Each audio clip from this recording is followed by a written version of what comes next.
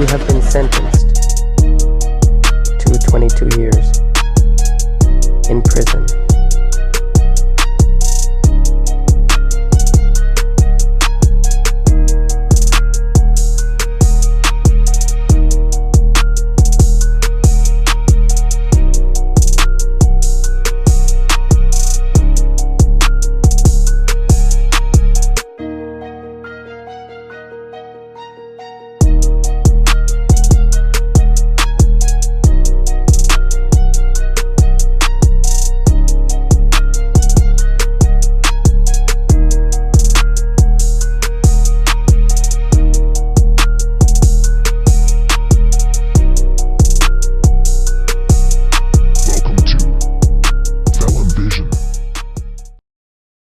Welcome to another episode of Television. You know, we're going to reverse the tables a little bit. I know y'all seen my first episode with my sister interviewing me, but like I say, we all have a story, you know what I mean? And she definitely had one of her own, you know what I mean? Definitely had hiccups in the early stages as we all do, but blossom into something so beautiful, something that I'm so proud of, you know what I mean? From writing books, you know, to having her own hair products, to even going to college and things of that nature of how it all got started. Miss Janice Wilson, how you doing today? I'm doing well. I can't complain. I'm excited. I'm proud of you. So let me go ahead and pass the flowers. You know, I heard what you said about me, but I want to acknowledge you as well. Let you know I love what you're doing. I'm loving television. I'm loving the platform. Giving people a voice to just be able to, you know, speak their truth, and at the same time, to be able to say, you know, hey, past is the past, future is the future, and I like where it's going. Definitely. And I definitely like where you're going, you know what I mean? And just understanding the path of where you've been and things of that nature.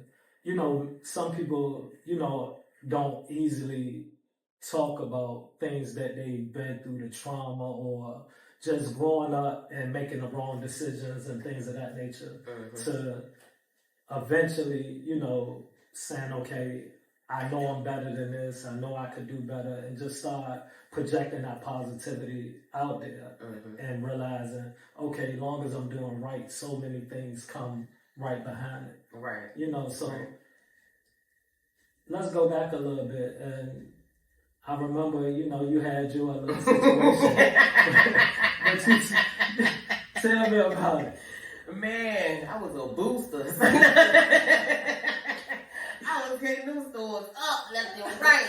Gimme. But growing up, our mother wasn't really able to afford, you know, certain things. And when you had got incarcerated, because I know we came to see you for all the money, but when you had got locked up, it was like, you know, that resource was gone. So, you know, it was just me and our other brother, Torn. So with that, you know, we going to high school and stuff like that. And I mean, although I had my grandparents able to provide certain things for me, it was like, you know, we still had another brother. I'm like, yeah, I gotta make sure, you know, he flies. So of course, went to Dillard's, Macy's, all that, you know, this is still in the finest Rockaware. That Sean John.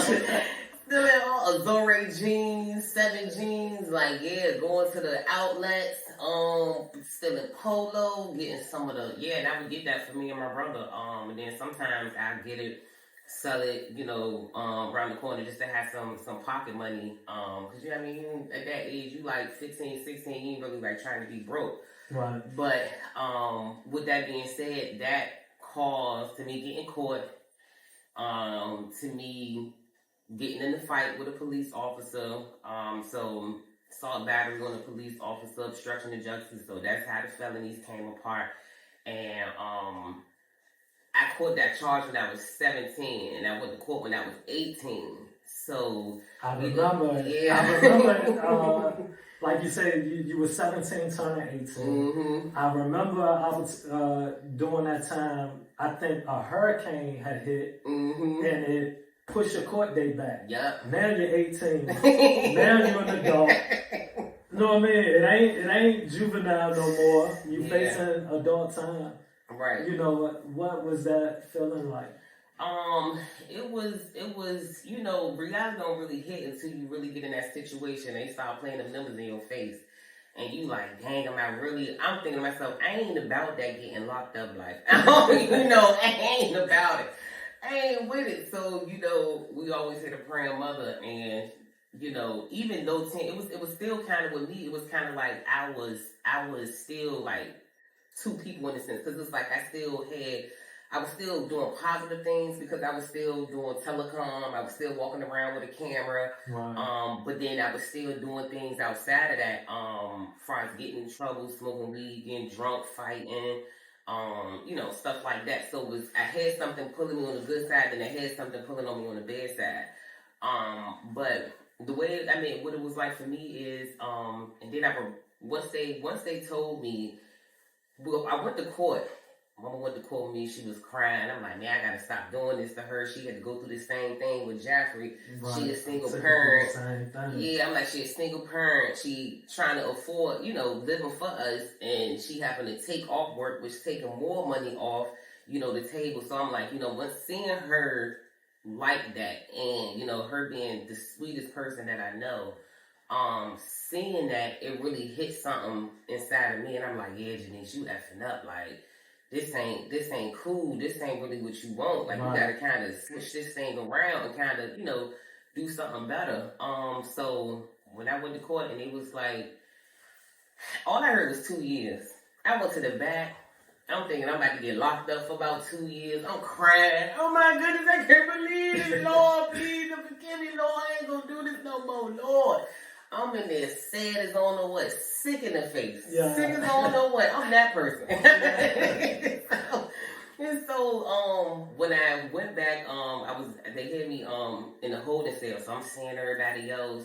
I'm telling people, you know, 18, they like, yeah, your whole life over. You ain't gonna never be able to do nothing with yourself. Right. You getting the flag, you just turned 18, man, you effed up. You ain't gonna be able to get no job, no nothing. Right. So they telling me this, that's planting the seed in the inside of me, because I'm like, dang, you know, look like they've been here a few times. They comfortable. They know what they ask for and everything. I don't know if I know about no phone call. I don't know nothing. What I'm supposed to do. So, you know, they did the mug shot, got the fingerprints and all that. And she like, yeah, your folks waiting for you in the front. I'm like, what you mean? She like, yeah, you get to leave. Whole time I heard the 2 years, it was so much suspended, all I had to do was 2 weekends. All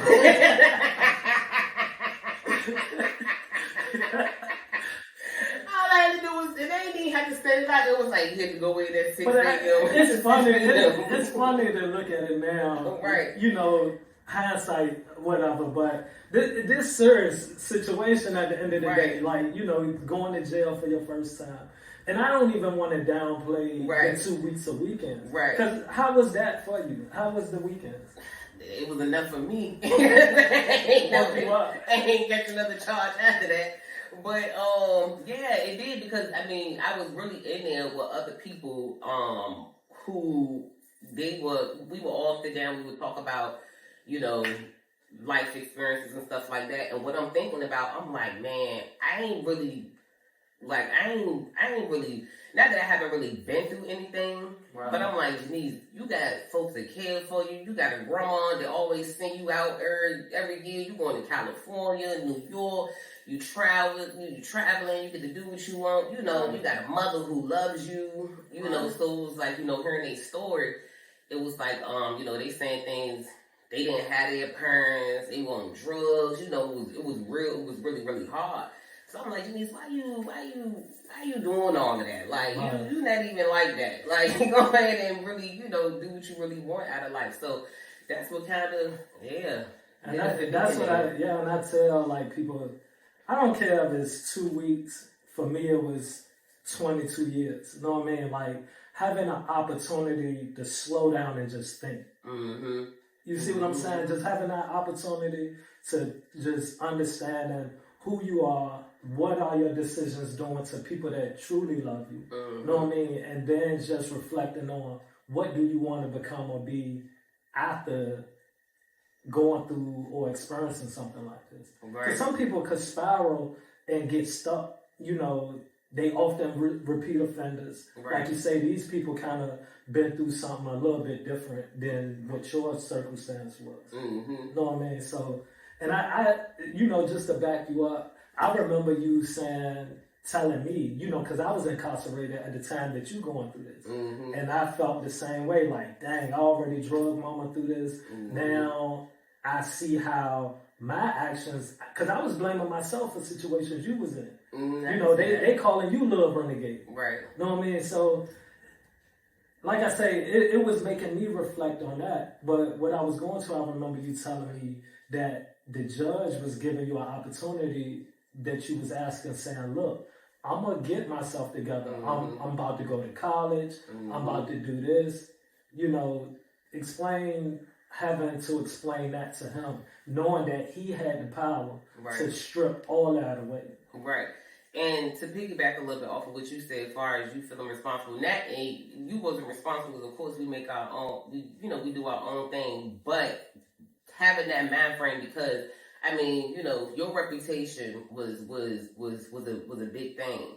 So it was actually clout being little renegade, or people knowing who you was, and me being your little sister. So growing up, I felt like I had to meet that standard almost. Like I had to kind of keep that going. Like I couldn't be that person that had somebody out here playing with me.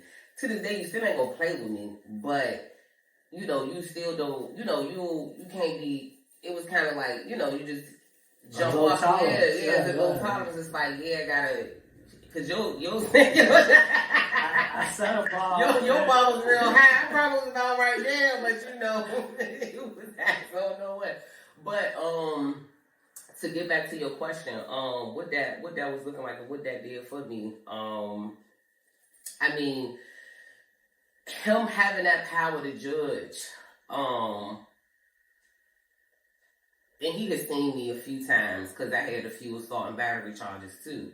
And I had a few shoplifting charges. This was just like that founding, okay, now you hitting on felonies. Now you got to go somewhere. You told me the last time, Miss Wilson, that you gonna go do such and such, and that I wasn't gonna, how do I know I'm not gonna see you again? At this point, I had articles for winning certain film contests when I was in high school. Like I said, I still was doing good, but as soon as I jumped back out there, you know, I'm out there. Yeah. Almost like the movie, that show Power, Ghost. Yeah. How he was a politician and then he was this. Yeah. That's how it kind of felt. It was like I was extremely professional here, and they wouldn't even, like when they found out I had charges, Miss Wilson, what? Right. Like they couldn't believe it. Right. So it was like, you know, being like this person, it was battling against good and evil, the positive and the negative. So when I presented the articles and I presented to him, you know, I'm going to college. I just recently won an award. I don't plan to be a product of my environment. Telling him, you know, things like, listen, I know how to really articulate myself extremely well. This is, you know, I kind of grew up here. This is why I made these decisions, and this is why I chose to steal, and just really showing him my heart. And, you know, and he pretty much was like, you know, I ain't gonna let you do all this time, but I gotta do something because you gotta get it. Because at first he would just dismiss, and I just go and do again. With the slap on the wrist. So I was able to really, you know, so I kind of appreciate doing the weekends. I was able to see other people, to see this is not the life that you really want. And then saying, this is not even the type of person that you are for real. This is not even really what you destined to be. And since I was younger, I always felt like I was destined for greatness. Or I was, you know, always felt something in the inside. It was just like, it's gonna be, I already knew it. I don't know if I was a little cocky or what, but, you know, it was just always in there like, you know, geez, you better. You better than this. You ain't, do something. You got talents. You know, you don't really gotta be out there. It was a choice. Some people had to. For me, it was a choice. And I made the wrong choice a few times. Right, and that's understandable. No, I mean, me knowing you, like I said, I know your story. Elaborate on the arresting officer that you assaulted. Because I know, you know, like you said, you got in an altercation with the guy. Words was back and forth, but you was able to see this guy again. Man, crushed me. Yeah, so I remember his name, I remember his face and everything, because it was more of my first, and I had to go to therapy about that for real, actually, 'cause it was my first traumatic, like, racist experience. Right. Because I was handled in a manner that I didn't have to be handled. And I'm gonna take it full circle. So with him, he had the way we ended up, because we didn't have to get in a fight. He was just really, he hit me first, and I just lost it because I couldn't believe he did what he did. So and even when we had to meet one more time, my stepfather asked him, like, did you punch my stepdaughter? And he admitted, like, yeah, I punched her in her face. Yeah, I punched her in her face first. And it was like, it hurt me so bad because I'm like, I really felt like, I felt powerless. I'm like, I can't do nothing. Right. And, it's like, your thoughts get to rambling. I'm thinking about the precinct, and your mind thought. I'm like, man, look, I'm going completely left. But the experience was a traumatic experience because when somebody really put their hands on you like that, especially a man, and you feel defensiveless, and you feel like society, government, police, you feel like they not on your side. So it was basically more like police brutality for real, in a sense. What I experienced, and even him going to court, I'm like, he act like I really harmed him, or I really. We went hands. I went hands up with that white man. I ain't even gonna lie to you. I went hands up with that white boy. For real, because I'm like, I can't believe this stone on me like that. He just pushed me in my face. It's funny as well that, like, you laugh at, situations like this, because, like you say, it was serious. You know what I mean? Like you say, it affected you deeply. It did. I kicked out of school and everything. Yeah, you got kicked out of school. You had to go through therapy, things of that nature. And that's how I ended up seeing him again when I got kicked out of school. So, in Newport News Public Schools, you can't have a felon going to a Newport News public school. So when my probation officer went to the school asking about me, then they looked into it. They saw that I had a felon, ended up getting a letter saying I got kicked out.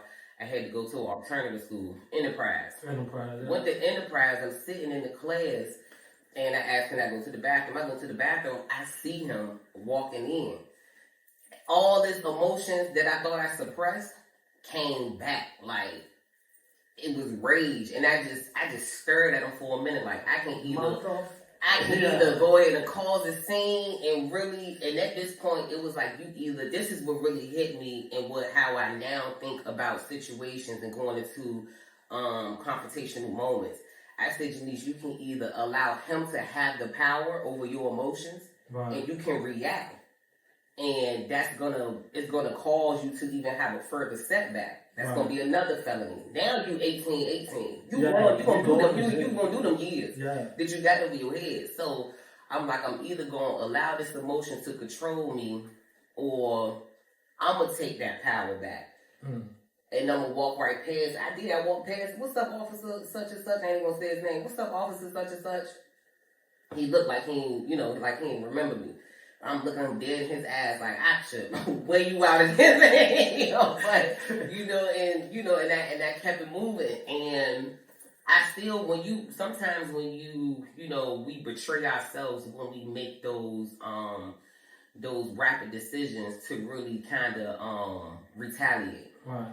I think, like, the key moment, though, like you say, even how you say you thought before you took action. Mm-hmm. A lot of people don't. Right. Know what I mean? They act out of emotion. I usually thinking through it, and I like, at the end of the day, I know I'm going to get in trouble. Mm-hmm. But at this point, I'm committed to my decision. I don't care. Like, right. I don't care at this point. Right. Whatever about to happen behind this is going to happen because I'm already committed. Right. But like you said, it's just go. You know what I mean? Right. But now having that opportunity to just think. Right. That's something that I always come back to. Yeah. Just having space to think before you act. That's or true. Just to take the opportunity to think through a situation. You can accomplish so much, and you will often make the right decision. Right. Yeah. That's true. But, and the crazy thing about it is, if it would have never happened, I would have never graduated high school on time. That was it's a crazy thing how things work out for you in your favor. Because I remember one time we was round the way, we all smoking weed, everybody talking about dropping out, getting their GED. I don't think nothing is wrong with getting your GED. But at that time I was saying, at that time I'm like, man, you know, I'm walking across that stage because it would have been, you know, I'm the last one, mama only baby girl. That was something that she always wanted to see. Denise, I want to see you, you know, walk across the stage and stuff like that. So that was something that I was committed to doing. So I was like, you know, but I wasn't. I was skipping class. I was leaving school to go smoke. I was leaving school to go see fights, start fights, record fights, be in the fight.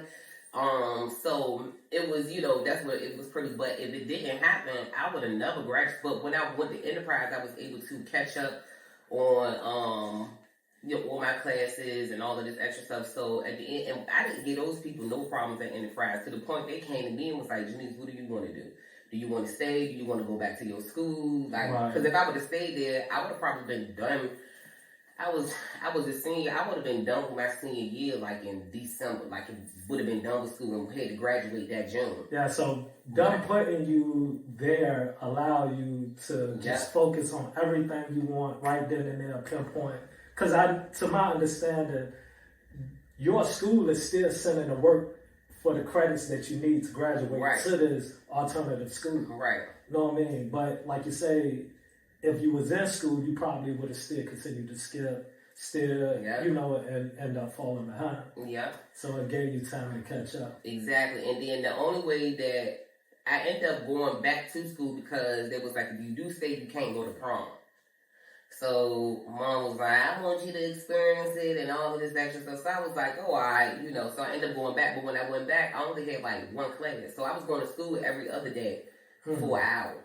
Yeah. So, you know, after that, and I could do that. I'm like, this, you know, it's cool. I already know I'm graduating. I just got to make sure I show up for this one class. Teacher was mad cool. I ain't even really have to show up if I ain't want to. Teachers always favored me. It just was always that with me. It was always that with me. So, you know, they just loved me anyway. So all they had to do was just show up, got my grade, and then, you know, graduated and was able to move forward with going to college. I ain't go straight to college after school. I waited like a year. And I told you this, you was pissed off because when I graduated high school, I ain't really get into no trouble, but I dived really deep into drugs. Right. I was, you know, growing up with an absent father, you know, going through those challenges. You really don't got no type of male leadership, and you kind of battling what you want to do with your life. On top of, you know, what you want to pursue, and then on top of that too, still not having college at that time. Really didn't seem feasible because I'm thinking you need all of this type of money to go to school. So I wasn't even thinking about college at that point. But I knew it was like I had this burning sensation and inside me, knowing that I wanted to do something, but then thinking because of my situation and my living circumstances and money circumstances that I would never ever really be able to be great, which made me fall into a really deep depression. Wow. I began to pop ecstasy pills like every day. Smoking weed all day, every day, drinking all day, every day. And I did this for like the entire summer. Until one day I went to a close friend of mine and I kind of, you know, was crying like, I know I ain't supposed to be living like this. Like, I know this is not who I am or what I'm supposed to be doing. And she was like, you know, Janice, come to school. You just do your fast for, you know, and I do your application for the school. 2 weeks later, they hit me up. Was like I got into 2 weeks later, I left, went to college. Right. So yeah, it was definitely I was so happy knowing that you was making that transition. You know what I mean? Because like you say, I knew that it was something in you to go to another level that, you know, you wasn't performing at your full potential. Right. You know what I mean? And me being your older brother, even, you know, if you hear, I'm still trying to push you there. I'm still trying to encourage you to understand there's always another step that you can take. Right. You know what I mean? So me seeing you get into college, you know, under the circumstance that I was in, I was just so happy. You know what I mean? Because like I say, I knew some of the hiccups and the path that you was on. Mm-hmm. I didn't know, but I knew. Mm-hmm. But that was one thing that I appreciate, that we had a different kind of bond. Right. Like, you know, we share things, you know, a little bit more intimate. Mm-hmm. And, you know, mama used to tell me, like, you know, your sister, this, that, and the third, talk to her. You know what I mean? I'm like, Mom, why didn't you tell her? And she like, she listened to you a little bit different. Mm-hmm. And I'm like, she don't pay me no matter. I'm like, she ain't listening to me. You know what I mean? But me being me, like you say, always being the oldest, you know what I mean, man in the house and everything, Mm-hmm. I'm on your top anyway. Right. You know what I mean? But I definitely was happy knowing that you started college. And I'm like, I don't care what I could do or what it is, I'm going to try to, you know, assist in this situation as well. Right. You know what I mean? Right. But even, and then when I went to college, that's when I really explored writing. I really explored. So you went to school for journalism. Yeah. Right. Well, I went to school for cinematic arts. Later. What it started out? I started out with my associates, which basically is just regular curriculum, you know, just so it don't really, so my major course ain't really started till I transferred out of the school I was going to. Then I went to Liberty University for cinematic arts, which was a complete culture shock in there. But yeah, that's what I did journalism in high school. That's when I was doing telecom for Channel 47. We was going to like high school games. We was recording and interviewing the players and stuff like that. That's when I did journalism. And I know, you know, I know mother just as well as you. And I remember, you know, our mom used to record herself on the mic, you know, make these little tapes. It was, you know, something more spiritual for her. You know what I mean? But it had an art form to it. Like you say, it's kind of art and everything. But I remember when you first started sharing writings with me. You know what I mean? It was just like, what was it though? Like a journal? Yeah. know. So, one of my, I noticed that I found more peace when I started to write. Writing poetry, screenwriting, because I like to be creative, and I kind of like the conversation part of screenwriting and stuff like that. Creating the characters, creating the narrative, creating the villain, just creating your own world. All of that. You just creating your own world in a sense. And I fell in love with that. I found peace in it when I was doing it. So I gravitated to that, you know, a lot more. So with that, and then that's why I went ahead and, because for a moment I didn't even think that I could transfer. It's like I always undermine myself, and then I'd be like, all right, I'm going to go ahead and do it. And then I excel in it. And then it's like, okay, well, I know I can do that. I can do this. So with that, it took me like 2 years to kind of decide what I wanted to major in. And that's when the associates was just me getting my associates out the way, which gave me time. And I'm like, Janice, do what you love. Do what you're passionate about. And I was like, man, if Liberty got my major, then it's my time to go ahead, because Liberty was the only school that we could transfer our credits to, for real.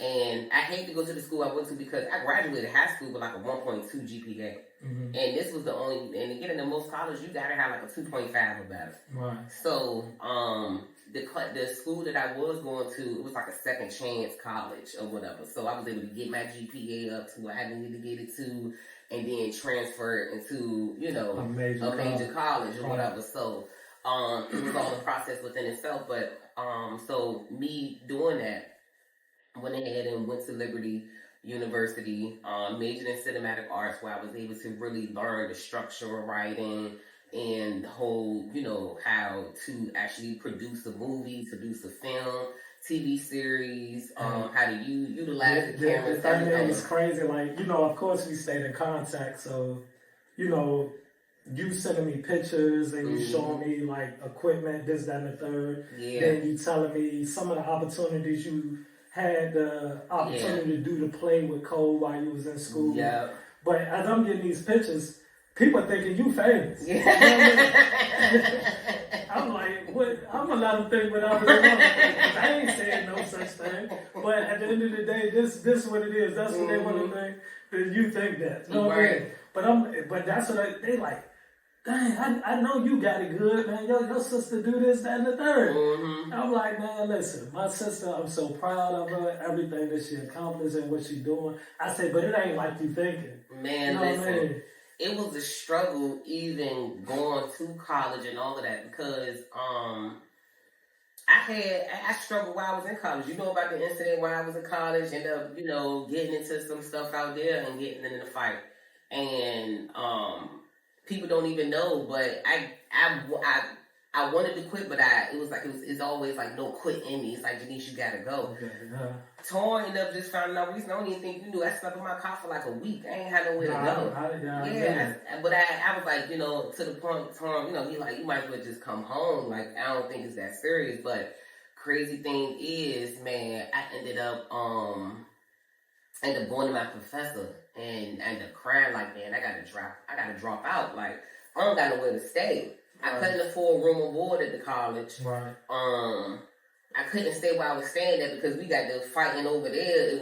That crib was just too hot.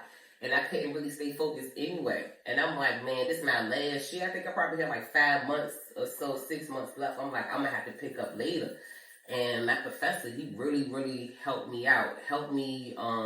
They had like this Title IX type of situation where you didn't really have nowhere to go, or you was in a domestic situation, which mine wasn't really domestic, but they put it under there or whatever because I was fighting.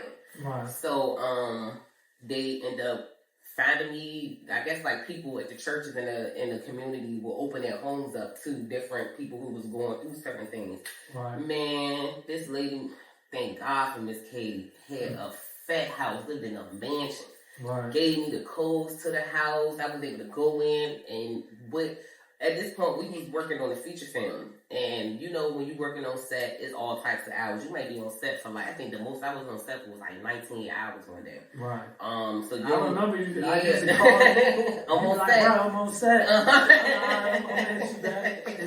So it was, that whole, in that whole process, while being on set and while film, I'm going through all of this, living in my car. It's like you really, fighting a dream. Because I'm like, man, I can't quit. So, I was able to finish out and I was able to graduate, and then that's when I took off, moved to Atlanta. But, it was, all of those projects, it was fun. And even now, because for a minute I took a break, getting married, becoming a wife, then, Let's slow up a little bit, because I want to be able to hand you your flowers as well, because I think some of the things of what you was able to accomplish and the things that you did, maybe things didn't go where we expected, or, you have visions for certain things and it don't take off in a manner that you would like it. But for me, I feel like it still was an opportunity to learn things. It's still an opportunity to figure yourself out. And those the moments that you're going to cherish when things elevate to a whole nother level. That's true. So, Color Girl Chronicles. Mm-hmm. You know what I mean? We kind of tapped into the fact of you loving poetry and things of that nature. Mm-hmm. But that's when I start understanding, because like I say, going back to listening to our mother speaking to the mic on certain things, I write, you write, the creativity we, then had our light bulb moments together. You know what I mean? It's just running the family. You know what I mean? Right. So overall, I want you to just explain how you took that poetry and formulated it into a book, and a little bit about that. So Color Girl Chronicles was something that I had started back when I was in college from a lot of poems that I wrote. I fell in love with, and a lot of what I have a passion for is that I have a passion for women. I have a passion for the things that, us women go through and how we're able to, battle certain things but still come out on top in our fight and our strive to be mothers, to be, sisters, daughters, and being able to carry a lot. And the thing is, we do all of that with the notation of the things that we experience, and the things that we've been through. Me and my husband was just having a conversation the other day that a lot of decisions that you make and a lot of decisions that we, make today is because of the experiences that we have, from previous, from growing up. You don't know the way that you respond, the way that you do is because of situation or something. Not even you probably even remembering, consciously, but subconsciously, there's something that you've seen, that you've experienced in your childhood that made you respond how you respond today. Right. So, knowing that a lot of things that we've been through, a lot of hardships, because to me, I think the most abused thing in the world is a woman. Right. And I found beauty in that pain.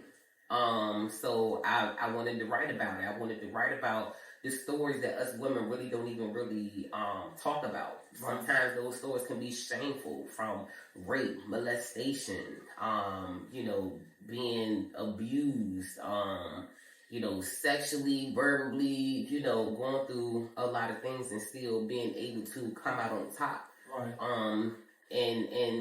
And I love how, most women turn that pain into power. Right. That pain is our power. So that's what Color Girl Chronicles came from. Me speaking with a lot of other women, gathering their stories and different experiences. In college, when one of my homegirls found out about the project, she gave me her diary. So actually going into the mind of a woman is, the heart of a woman, and really seeing, okay, we deserve grace. Right. on so many levels.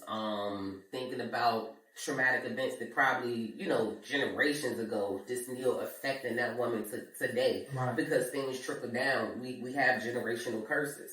And being able to, once you acknowledge what that is, you know what you need to, you're responsible for breaking that.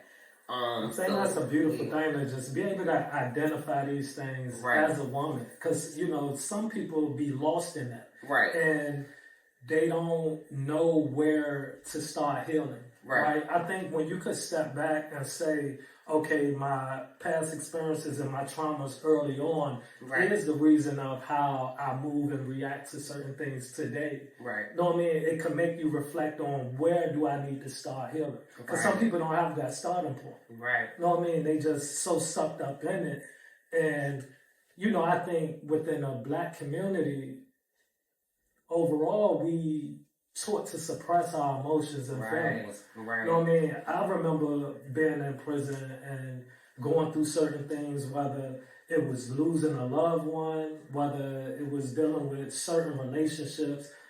I didn't know how to mourn. I didn't know how to cry.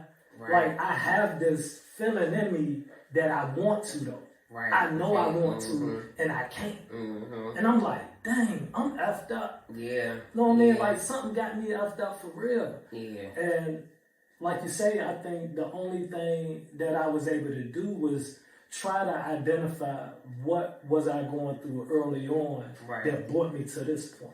Right. You know what I mean? And that definitely helped me out. So for people that's going through things, try to understand what was the beginning of that path. And sometimes you can't go as far back as you would like, but go as far back as you could think, start there, and maybe that'll be your starting point of your healing process. Right, because the way to, stop something from growing is you gotta kill it at the root. Right. So once you find the root of the situation, then you'll be able to kill it so it will no longer surface. Because if you think you're going to chop the stem off, it ain't going to do nothing but grow back. Yeah. So once you find the root of the situation, kill it at the root and move forward, and don't allow the situation to have power over your becoming. Right. And, I even want to talk about 22. Yeah. Tell us a little bit about that. So 22 is our hair care line. We chose the number 22 because 22 is the number of purpose. I was born on November 22nd. My business partner, she was born August 22nd. So 22 is our number of purpose. Right now, we're revamping, trying to figure out, trying to redirect on how we want to go about it. Right. So right now we kind of, because with me becoming a mother, we kind of really lost focus of it. And me being a first time mom, just getting used to that. But yeah, 22 is our hair care, is advanced hair care products. And we'll stay, right now we targeting for September 2024. We're gonna relaunch with more products, better quality products, which, I mean, the quality is already great, but we even want to enhance it much more. Right. So yeah, and then we want to add more hair care to the line. So we're in the process of doing that. Also, I do have a book that I am in the process of dropping. I would say probably, I don't have a date. I'm just waiting on some other things to be finalized. But it's called The Epitome of Her. It's on Audible, iTunes, Books A Million, Barnes & Noble, Amazon, so forth. Still working on it to get it in Target or Walmart, but we want to make sure we put that on all platforms so y'all can be able to check that out. So yeah, got some major things coming up. Some things I can't even speak on just yet, but I'll let y'all know. Yeah. Definitely keep us in tune, because like I say, I just like to exploit the journey of certain things. Like I say, is just about what we've been through before and the direction and choices that we make today and how far we could go with things. I don't want to undermine nothing that you was able to, think of, put heart into, put that sweat equity into, and, see it come into fruition. Mm-hmm. I mean, you thought about it, you brought it to life, and that's what I want to talk to. You kind of already said it, but motherhood, bringing a life into this world. Like you say, that's a journey within itself. It takes time. You got a different higher priority versus, stuff like, other ideas of stuff like that. But like I said, at the end of the day, I look at your accomplishments. I can't even express how much, I love you and how proud I am of the things that you accomplished and where you are today. Because hearing that early on, you could easily say that battle of good and evil, knowing I could do good, but still being subjected to other things or allowing yourself to go down another path, But then eventually good outweighing evil. Right. And that's all you could do is put one foot in front of the other. Like I say, is definitely an eye opener. You always was inspiration to me before I even came home to say, I need to follow my dream. I need to understand my purpose, understand my passion, and just take steps and execute it. Right. Just move forward day to day. Right. So I appreciate your time, and I appreciate, the opportunity to just even sit down with you. Yeah. Because before I didn't know what this story was. The story could have been just as worse as mine. It's like, dang, ain't no Janice did that. Yeah. She gonna talk to me before she started saying all that. No. But no, thank you for having me on your platform. I'm excited about the platform. I'm excited about the people that it's going to reach, the lives that it's going to change. So definitely continue doing what you're doing. It's only up from here. It's all the way up from here.